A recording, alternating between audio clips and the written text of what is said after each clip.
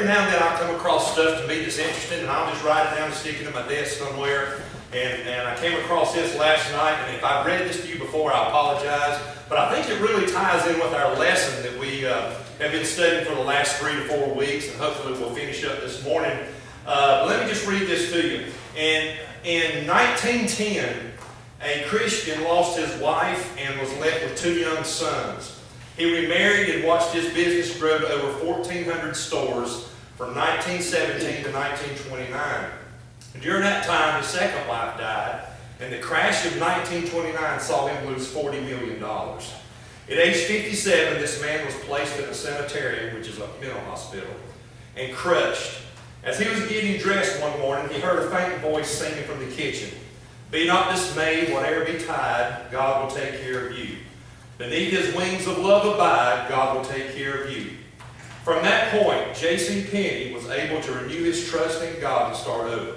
Until he died, he never quit his excessive giving to the work of God, as the Lord blessed him to be a blessing to others. Amen. So that kind of ties in with our lesson, and while you're thinking about that little story, turn with me again to Proverbs chapter 24, verse 16. Proverbs 24, 16, which has been our springboard verse. Proverbs 24, 16. By the way, do we have any young people here this morning who like to quote the books of the New Testament? By memory. Anybody? Real quickly. Grace, you want to try? Yeah. Go ahead. Matthew, Mark, Luke, John, Acts, Romans, 1st, 2nd Corinthians, Galatians, Ephesians, Philippians, Colossians, 1st, 2nd Timothy, Titus, Philemon, Hebrews, James, 1st, 2nd Peter, 1st, 2nd, 3rd John, Jude, Revelation. Okay. You know them, you just skip Thessalonians. Yeah. Okay. That's all right. You know it. You know it. All right. Good job. I meant to do that before we got actually started to the lesson. When we do that, I hope it reminds everybody ought to know those. Amen? Amen. Okay. Every Christian, if you ain't going to read the Bible, study the Bible, you ought to at least know the books of the Bible. Okay? Now, I've been calling on young people.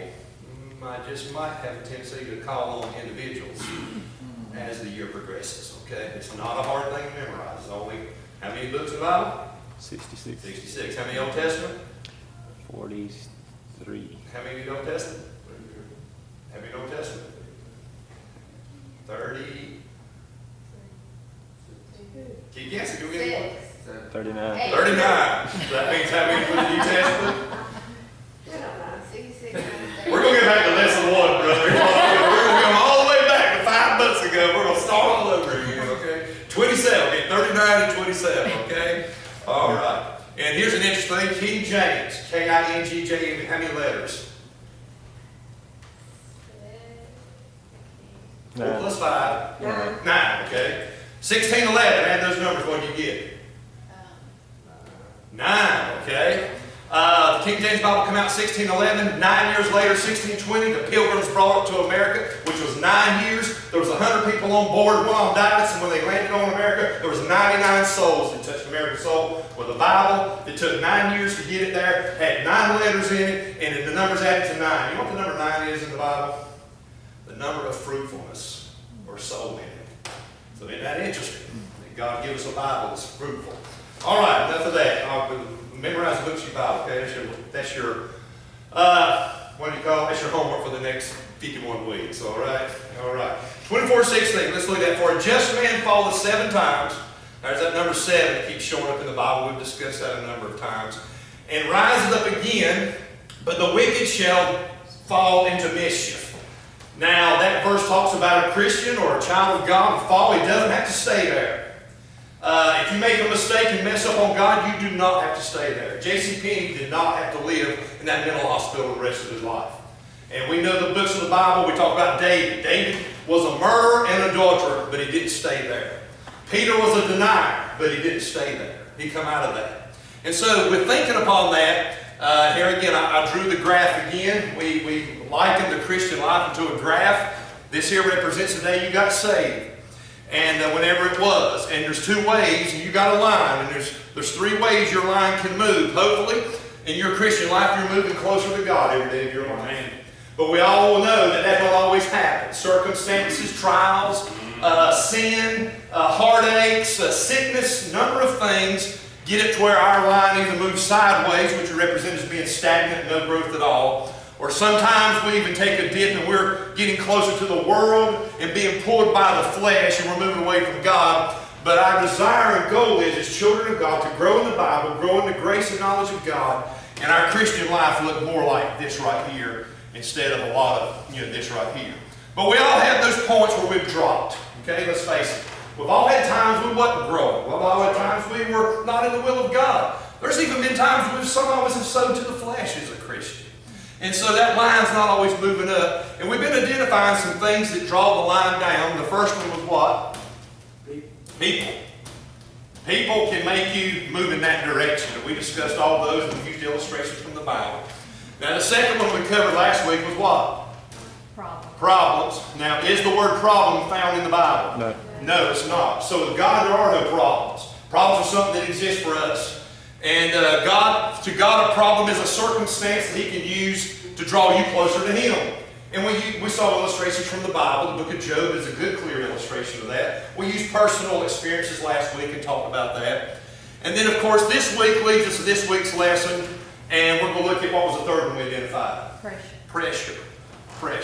Okay, we're going to look at pressure, what pressure is, what it can do to us even as a child of God. Now, I thought about, and I'm entertained in the thought of taking this to another week and putting a fourth one here. It came to my mind late last night, and it starts with the letter P too.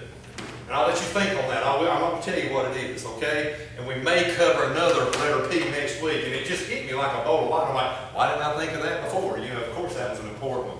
But today we're going to look at pressure and talk a little bit about what pressure is. Now, just by the word, the definition of the word pressure, what do you think that means? Opposition to you. Opposition. Okay, let me give some illustration. A weatherman talks about barometric pressure. A person that cooks talks about pressure cooking. A man who changes and sells tires for a living talks about PSI, pounds per square inch of pressure.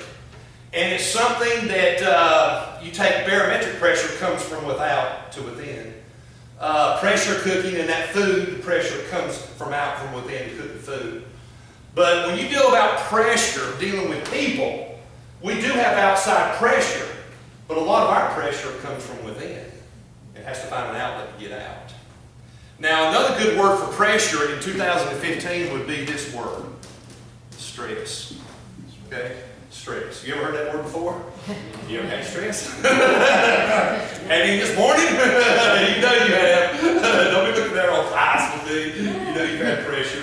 Listen to this. I wrote this down. The true character of a child of God is how well he or she recovers from the times they have fallen. The true character of a Christian is how you handle the tough times.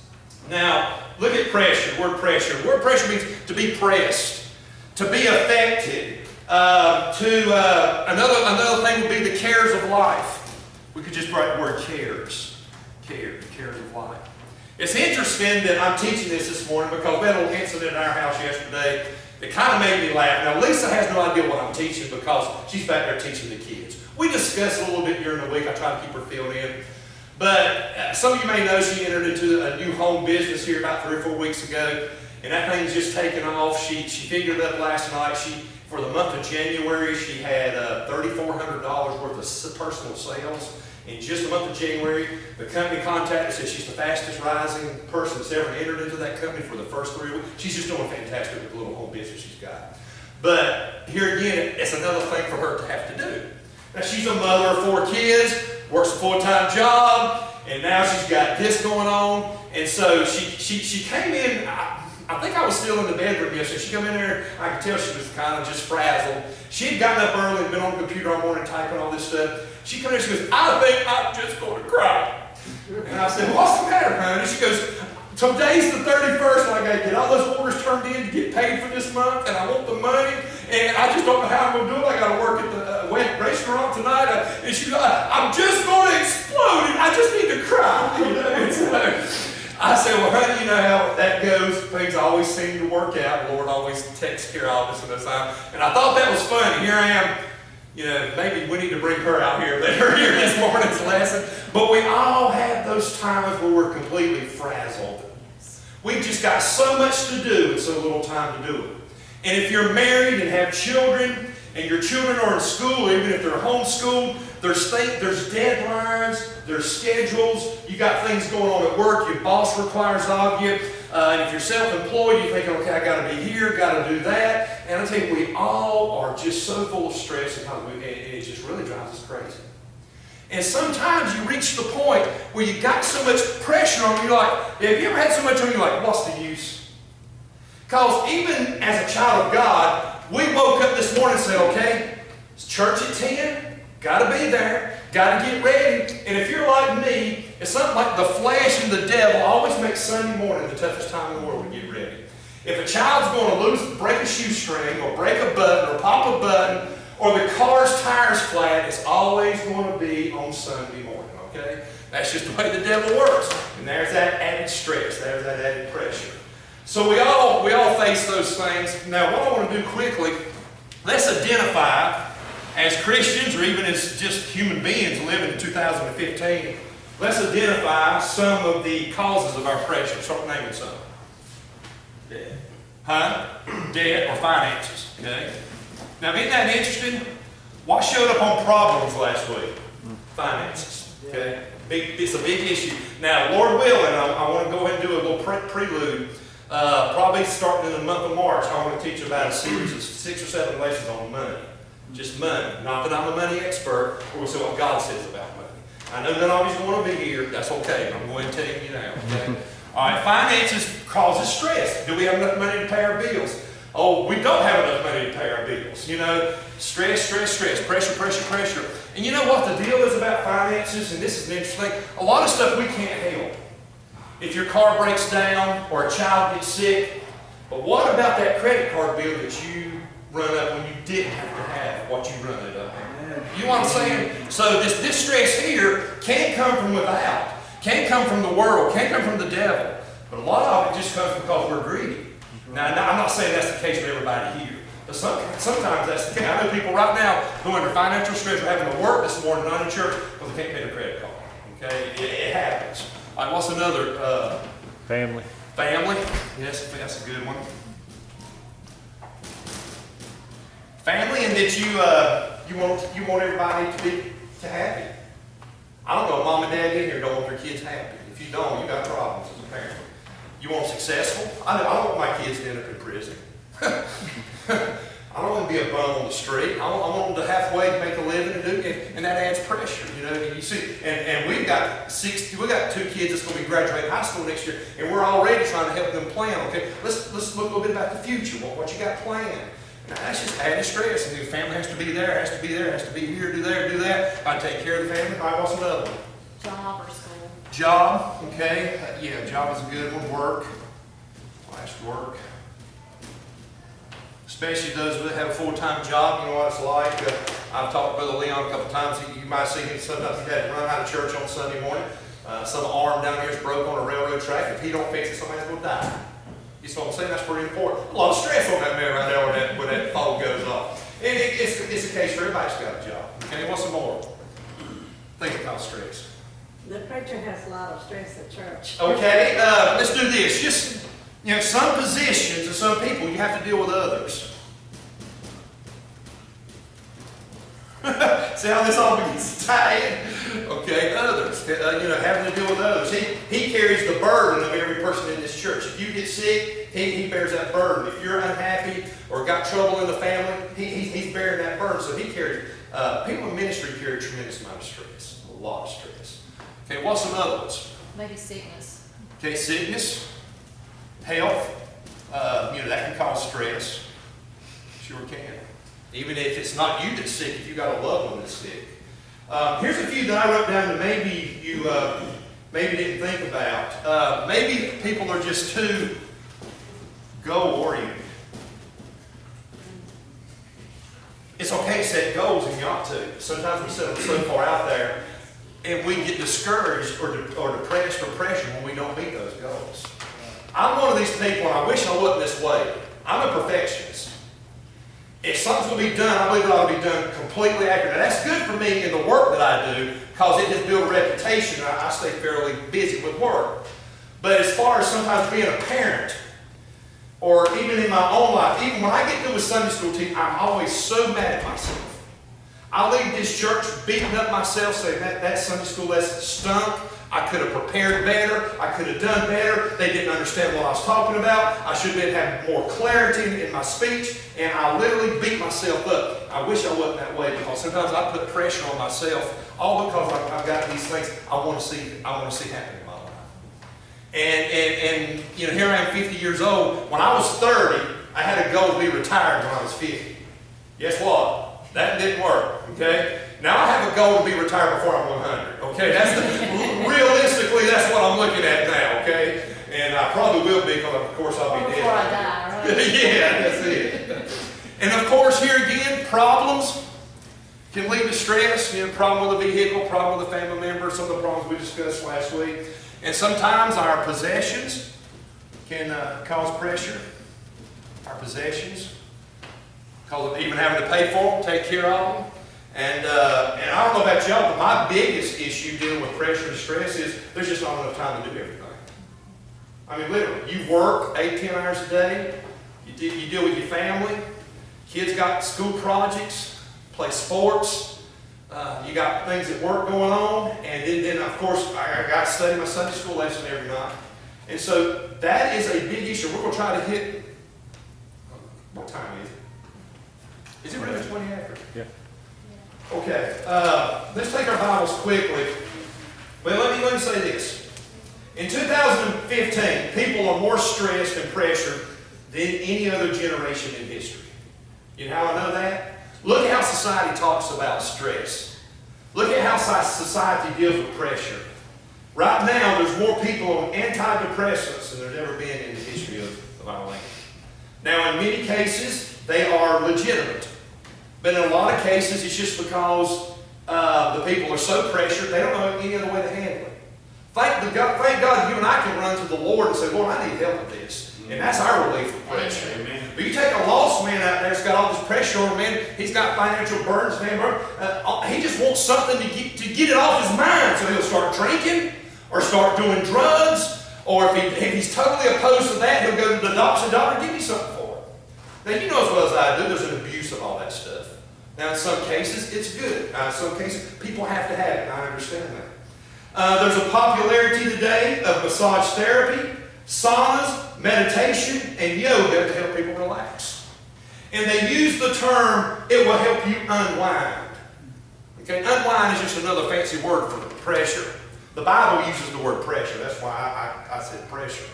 But the world uses unwind. You know, that's like being a spring. You just compile something, boing, will help you unwind. And that's what people are looking for. We have the greatest technology we've ever had, but the least amount of time to do the most important things that need to be done. Amen. I use my grandma as this illustration. My grandmother passed away about 10, 12 years ago. She was brought up during the 30s and the 40s and the 50s. My grandma, until much later in life, never had the amenities of life that I've been able to have. My grandma never owned a dishwasher, washed all her dishes by hand. Up until later in life, she never had a washer and dryer. She washed her clothes by hand. Never owned a microwave. Never worked a day in her life outside the home. All the meals she cooked were home-cooked meals every single day. My grandpa got 3 home-cooked meals, breakfast, lunch, and supper every day of life. That's all she lived for, was to please my grandpa. Okay?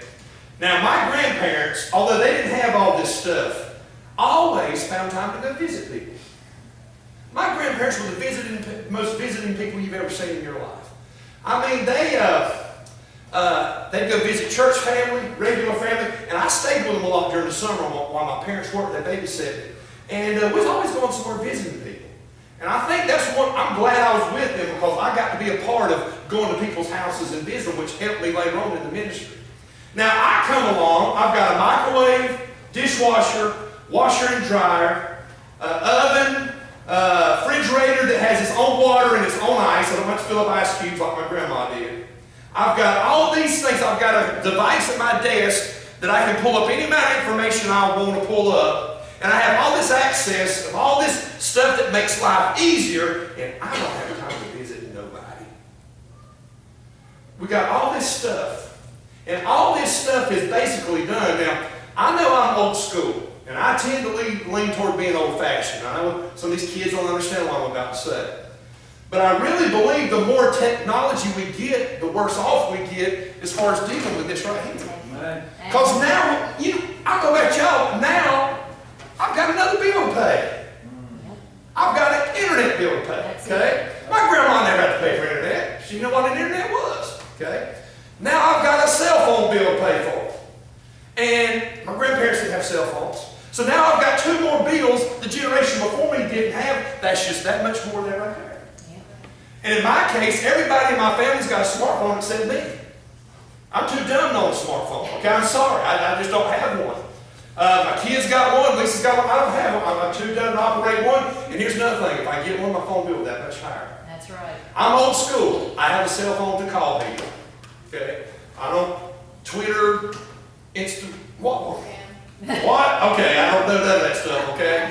I'm literally illiterate when it comes to a lot of that stuff. Amen. But here again, we've reached the point where we've got to have those things, right? I mean, face it. I left my house one day a couple weeks ago and left my cell phone. I couldn't concentrate all day long on my work because I didn't have my cell phone. Now, 20 years ago, I used to go in the truck with my dad and me and my brother. We'd go work 200 miles away and not have a phone. Nobody knew how to get a home. We just worked. That's just the way life was. If we needed a phone, we'd go to pay phone and use one and call back home, tell Mom we're okay. But now, if I can't call my wife, I've got this. I guess it's a fix I got to have at 12 o'clock. At least it better be calling me, checking on me. Okay. I sit down and eat lunch. She goes to eat lunch about 12:05. She calls me every day. Hey, honey, how you doing? And we talk. Now that dad didn't have my cell phone, I'm like, I wonder if she's thinking about me right now. You know, that stuff is good to a certain point. You know, if my son or Olivia has car trouble on a long road one night coming home, I like the fact that she can come and say, come and get me. You know, I've had car trouble. But then I'm at work. You know, another thing about that day at work, I didn't have my cell phone. I couldn't concentrate, but I got more work done that day the other day because I wasn't concentrating. Yeah, Joe, I'll be there at 7 o'clock. Yeah, honey, I'm coming home. I'll be home in just a little while. Yeah, Nathan, I understand you got problems. Just shut up and don't worry about it. You know, just on and on and on and on. You're having to deal, and it's just right here. That's where we're at today. And listen, don't think Satan doesn't know that. Don't think Satan doesn't know that. If he can't get you so distressed that you would just give up on God, he'll get you so frazzled where you don't care if you serve God or not. And that's where we're at. Now I want to look, before we close, and I will have to go into next week on this issue. I'm sorry. When I'm doing my notes, you don't really think some other things that might come up that take time. Turn to 2 Corinthians chapter 1. 2 Corinthians chapter 1. I want to show you we're not alone on this. We are not alone. I want to show you where the greatest Christian that ever lived battled what you and I are battling every day. 2 Corinthians chapter 1, verse 8. Now, who wrote the book of 2 Corinthians? Paul. Paul, the greatest Christian ever lived. There's no debate about that. 2 Corinthians 1, 8. This is Paul talking. Now, we don't have time to read the first part of that, but go home and read it. It'll kind of lay a little bit of the groundwork about what Paul's talking about. But notice what he says in 2 Corinthians chapter 1, verse 8. He says, for we would not rather have you ignorant. Paul's always saying that. There's been a lot of ignorant people in Paul's day. Man, just think what he'd write if he was living today.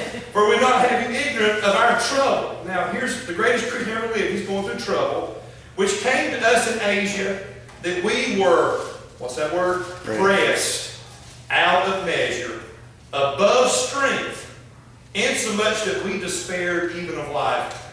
Paul was going through so much trouble in Asia, he called it pressure. You see that? He said, man, we've been pressed. Listen, when you press peanuts, what do you get? Peanut butter. Peanut oil. Okay, not peanut butter. Okay. When you press olives, what do you get? Okay, when you press something, something always comes out. You press people enough, that person just might take a gun and say, boom! That's his relief of pressure. Or, I can't take it anymore. Okay? Something's going to come out when you get pressed. Okay?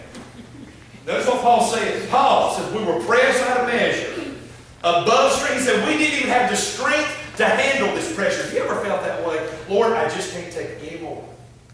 I just can't go another mile away with all this on me. I just can't bear it any longer. That's what Paul said. Now see, we all talk about 2015, all this is new. Man, this is back in the first century Paul was talking about this. He said, it's a mess that we despaired even alive. You know, Paul said, I just soon be dead. Have to go through that kind of pressure. You ever reach that point and say, man, I don't know if it might just be better not me not even be alive to have to go through this. You know, if you hadn't reached that point and you hadn't gone through some of the trouble I've gone through, well, I'd say that to myself, well, I don't know if I'd be better dead than alive all this I've got on me. I can't handle this. I'm just going to explode anytime. You ever just felt like it's going to explode? Well, you're not the first one to feel that way. The Apostle Paul felt that way.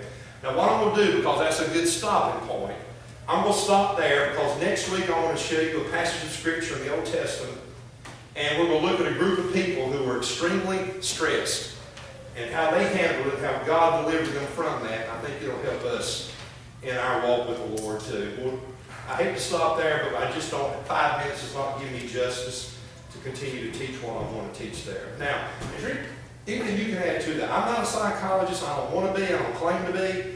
But I do know all these things are real. All these things are real. We all have to deal with people. We all have problems. And you can't live this day and age without having some pressure. You just got things on you.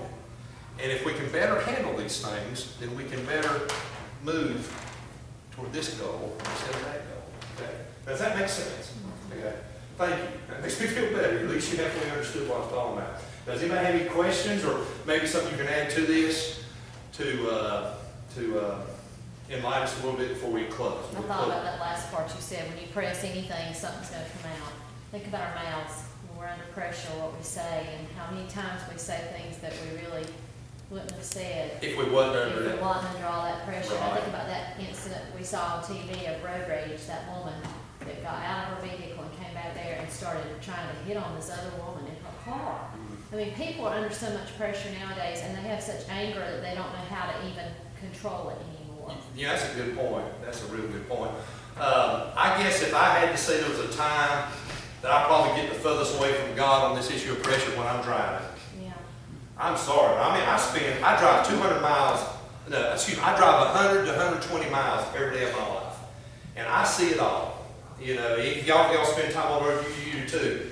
And it's those times where you got pressure on you to be somewhere at a certain time, you'll get behind every cop, big and slow vehicle on the road. It's like there's a pack. It's like, I told Lisa, if you get behind one first thing, you're going to get behind them all day long. It's going to last till you get back home. And if you hit, I've got where if I can hit certain stop, I have driven the same path for 15 straight years now, every day. And I've got where if I hit a certain light green, then I know the next one's going to be green. And I can kind of count them down. Okay, that one's going to be red, this is going to be green. So I try to hit certain lights where they're not red because it's just going to be red the rest of the way. And another morning, I counted every stoplight between here and Concord. I hit every single light red, and I was running late as it was. Just red, red. And it's like, at times you're like, you know, you just run. And I don't think the Lord wants us that way. You know, because I want to be the type of Christian where I can grow and say, okay, Lord, you had that red light there for a purpose. You wanted me to slow down. You wanted me to stop because there might be a wreck down the road you're trying to protect me from. So I need to grow in this area and say, okay, and when I get pressure, look to the Lord. And that's what we're going to learn next week. Instead of letting the flesh get a hold of me, just get, you know, just get angry. That's not good for you. And that all ties back into what you were talking about last week with all things working together. You know, God allows everything that comes our way. And He allowed us to be slow that day for some reason. some we reason. don't know. Some reason, brother. In verse 8, we see, as you said, these pressures are just destroying us within, and some come without. Verse 9 and 10 talks about that who should we trust in? And the antidote or the answer to all of our problems goes right back to where our answer came for our need of salvation. And it's trusting in the Lord. And it said in verse 10 that, you know, in whom we trust that He will deliver us. And you know, that's sort of what the message would be, similar to what you're teaching today. It's so unusual. But we talk about these things, we identify these things, but what is our what is our 1, 2, 3 steps, or whatever can we do to help ourselves? Because you know what, next week, between now and next Sunday morning, Sunday school, we're going to have the same problem we're having now. And so we need some answers. I need answers in my life because I'm just as human as anybody else. And but I appreciate you teaching this, and I will point everybody. Our answer still is Christ. Amen. And you know, my motivation for teaching this is all the times I've messed up in all these areas. Just good motivation. I'm sitting there, I'm like, and I feel a little guilty sometimes teaching this stuff. I'm like, here I am teaching these people how to handle stress, and I wanted to beat that man up that passed me the other day and run me off the road. I don't have no right to teach nobody, you know, but you know, we all have to deal with these things, and it's a growing process. You know that one part on that column on the right, so many of us do, is we put things off. And then we force ourselves into that pressure. That's a good point. On a lot of That's things. a real good point. A lot of things. I mean, we didn't stop and get our gas when we should have stopped and got it. I'm too tired. We didn't stop and get a loaf of bread and go in there and buy things $60 worth of food that we didn't need. And one thing we don't do after that is we just didn't trust the Lord for the people, the problems, the pressure, the stress right there.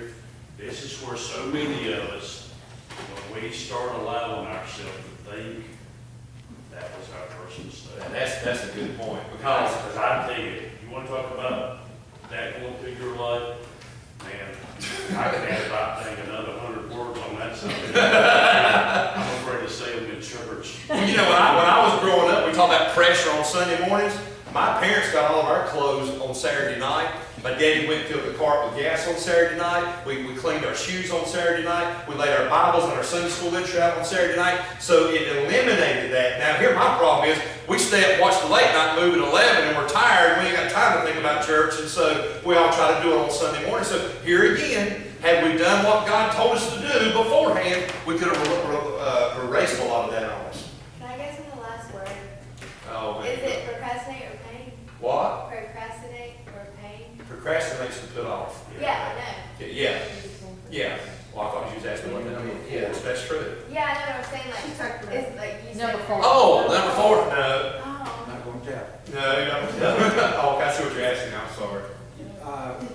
Your conversation, Brother Rick's conversation, I don't think we really realize what the Lord can do for us. Mm-hmm. I don't think that we hold our values in what church is really supposed to be. Right. And if there's anything, as my wife mentioned, I sit here thinking about the church. We have so much stress in church. We try to overcome those stresses. We try to overcome people. Some people are not teachable. Some people are not lovable. Some people are just hard to even cross the street with. But nevertheless, we all know at this church, it's no different from any other church, you get people together, you got numbers of ideas and suggestions, and you can't do everything everybody would suggest that you do. But nevertheless, we can't even look across the aisle as Christians and love one another and get along with one another. Now, I don't know, well, I guess I'll get back to what I was wanting to say, is the fact that church is so important, but it's sometimes the thing we'll opt. We'll leave it out. Not only Bible. Who wants to read their Bible nowadays? Who wants to go to church nowadays? And prayer gets you through. I mean, Amen. it's just an issue with me trying to pastor and you're trying to teach, and then again, it's just like bouncing off that wall up there, and we come right back next week with the same problems, the same heartaches, the same burdens, and we don't see the importance of what the Lord has provided. And I hope I'm not just preaching to you. I hope your heart's open to understand there is help with the Lord and the things of the Lord. I'm for the Lord. He called me. That's right. All right, anyone else? Not, we'll close, and appreciate y'all being here this morning. Appreciate your participation in the class.